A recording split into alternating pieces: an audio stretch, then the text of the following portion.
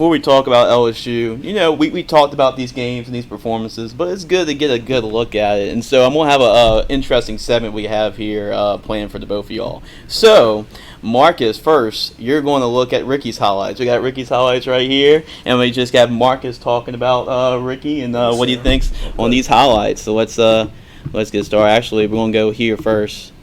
Here we go. So that's for Rickie on the run, and then look at that.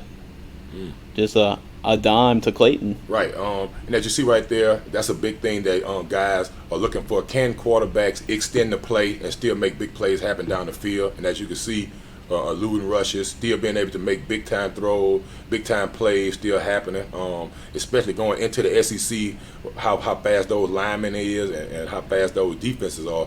You definitely got to be able to make plays, extend plays, and a lot of times that's when your big plays come, as you see right there. Now you didn't throw it, but he ended up running it. So those are the things that you can see happening back there. And again, you see that we're not playing against. These are big-time players and big-time teams that we're playing against, that we're doing this against right here. Yeah, I'm a defensive coordinator, and I'm seeing this. I'm just like, throwing up the clipboard and saying, all right, who else wants to call defensive plays when they go up against Rickie? That's what I have to say. But just really, just your confidence level, as a quarterback. Just talk about your journey a little bit, Rickie, and just when did you realize that, hey, I'm going to try to get this quarterback thing a shot and see how it goes? When you realize, hey, I might be pretty good at slinging the rock. Actually came late. At first, I knew that's the position I always played, but I was like,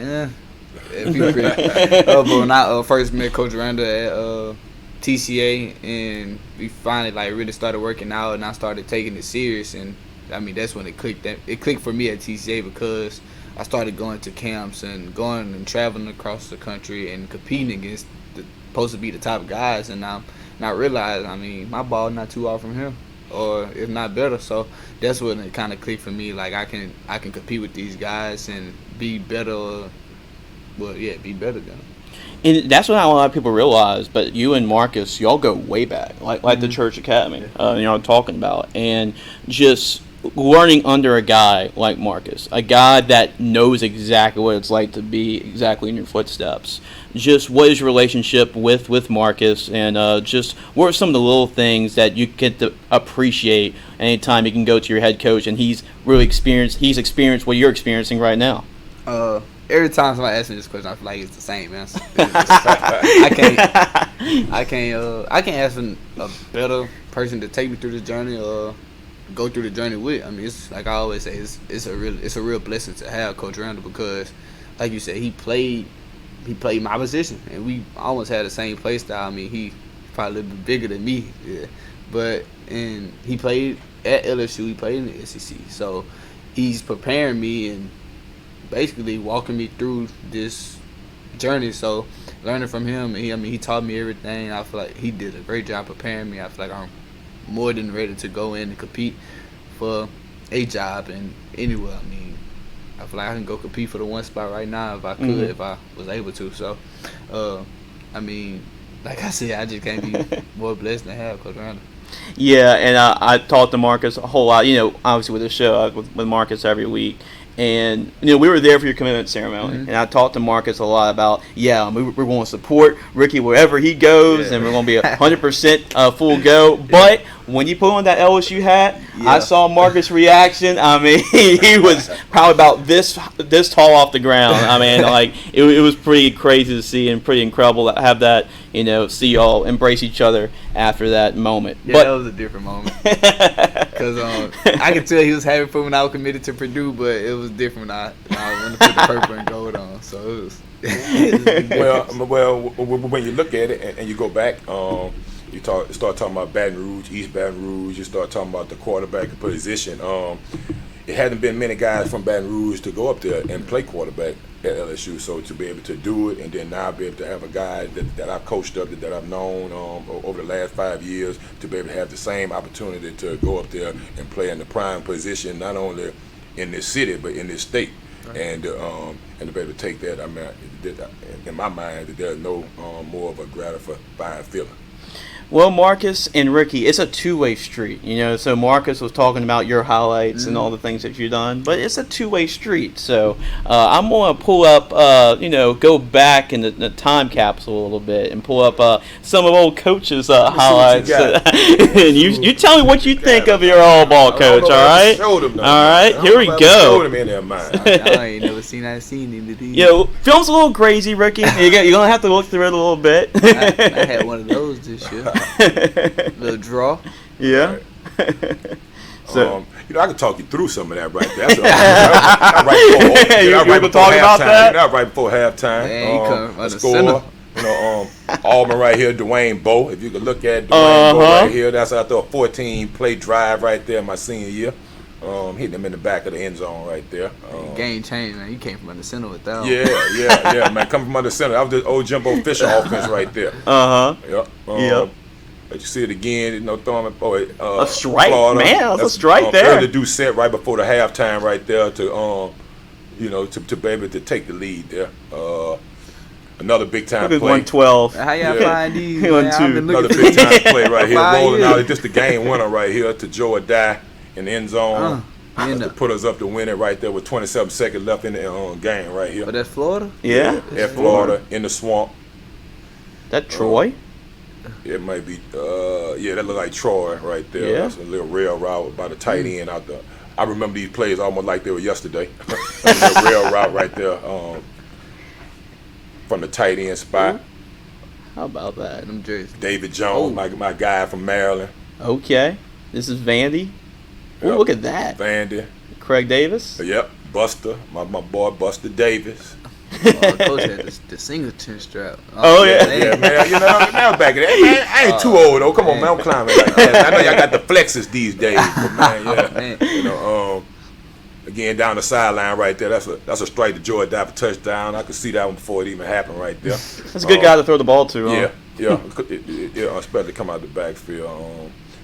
Again though, I mean those are things that I was able to see, able to do. Look at the wheels. Look at that. Oh man, you got caught, Coach. I'm running through traffic right there. Running through a little traffic right there. Again, Arkansas right here. I think this is my senior year right here. Senior it's year. 2004. That's gonna be touchdown though. I'm gonna cap it off. Yeah, 04. Get pumped up. No, 12. Yeah, TCA. Back at TCA back in the early days, man. We and I believe everybody knows this one. You might have seen this one before. I'm glad you got these highlights, Jace, because if you look back, people might think this is the only thing I ever did was throw the bluegrass miracle. I've been SEC player of the week offensively, multiple times, throughout my career. But I know that this is the one right here that everybody know me for, that everybody resonates me with every year. We just had the 20-year reunion of it this year. Yeah, we did. We talked about it. Yeah, it don't feel like 20 years, but man, it's been 20 years ago. I'm my sophomore year, actually. I'm my sophomore year right here. But, actually being down late in the game shouldn't even been down. But as you can see right there, man, a lot of those guys did a big storm the field for a close loss right there. Yeah, that is. But looking at that, I can see a few similarities. Man, Rickie game the same. Hopefully now, I know he's gonna go in a little bit more prepared than I was. So man, I just want to be able to see him take that thing to the next level. I know my dad, he used to always say back in the day, he was always tell my brother, look, man, if the little brother not better than the big brother, then the big brother got a problem, because he should be learning more from you and should be able to take it to the next level.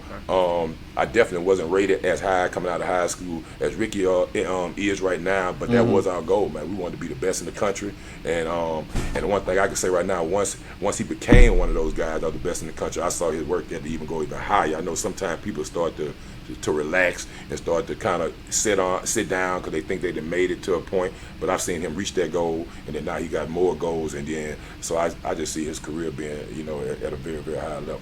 So after seeing those highlights, you say you've been searching for these highlights for a good minute. So after seeing that film from your coach, what are your thoughts on Marcus here, being a quarterback at LSU quarterback in the future? Just what are your thoughts on that highlight film, Rickie? What do you think? You have to grade your old coach. I give it a B. He could have scored okay. Okay. Don't give it no A, man. I give it a B. Good Go B. But I see like you said, like Coach Randall said, a lot of similarities. Little did I know he was coaching me to play almost like him. Mhm. So, Yeah. Well, that was kind of, the running quarterback in my day wasn't the most, thing that, people want you to see. It was still more of a pocket pass. If you ran a lot, they started to name your athlete and wanted to kind of move you around, which I did. When I got to the league, I started off as a quarterback, then they ended up putting me at safety, which obviously helping me now as a coach, because now I got a chance to actually learn the defensive side of the ball from playing the position, and now I know that helps me as a coach, because I know pretty much offense, defense, and I was a special team demon when I was with the Titans too as well. So I got a chance to see all those things, but now it's almost like if you can't extend plays using your legs, or if you can't run, then you can't play. Because faster the defense are. I know Rickie just talked about it. We played against Zachary. Zachary got 3 D1 guys right on their defensive line. I mean, like Power 5 guys. So and a future teammate in the secondary too. Correct, and in the secondary. But if you go back and watch those games, and that's when I knew that he had something special. I knew he was doing it in the first 5 games, but when I saw him be able to extend the plays, and those guys from Zachary, they couldn't get him, then I knew, okay, that he understand it. Man, he got something new in his toolbox, and I saw him start to feel confident that he understood, even if they was coming and the line wasn't blocking as well, he never panicked. He always knew what the next move was going to be, and those were some of the things that I enjoyed watching and seeing, that I knew that was going to help him as he keep going and keep